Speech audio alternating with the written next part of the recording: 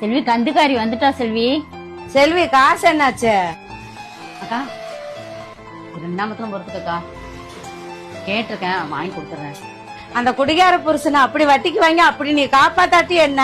அவன் செத்தா செத்துட்டு போறான்னு விட்டுட்டு போக வேண்டியதானே? அக்கா வட்டிக்கு தானே பணம் கொடுத்துருக்கீங்க, காசை வாங்கிக்கங்க. அதுக்காண்டி எங்க வீட்டுக்கார அப்படி பேசுவீங்களா நீங்க?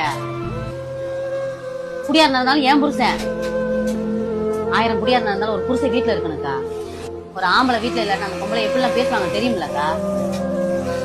அவர் குடிக்கிறாரு, கூத்தியா கூட வைக்கிறாரு. நான் அட்ஜஸ்ட் பண்ணிட்டு நான் வாழ்ந்துகிட்டு இருக்கேன். வட்டிக்கு வாங்கிட்டோன்றதுக்காண்டி ஓவரா பேசாதீங்க. உன்னை கட்டுறதுக்கு அவன் ரொம்ப கொடுத்து வச்சிருக்கணும். படக்குன்னு காசை கொடுக்கற வேலையை பாரு.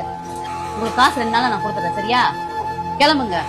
ஒரு ஆம்பளை வீட்டுல இல்லாட்டினா அந்த உலகம் அந்த பொம்பளைய படுத்துற பாடு இந்த பொம்பளைக்கெல்லாம் என்ன தெரியும்? வட்டி கொடுத்துட்டேன்றதுக்காண்டி வாய்க்கு வந்ததெல்லாம் பேசி தெரியுது.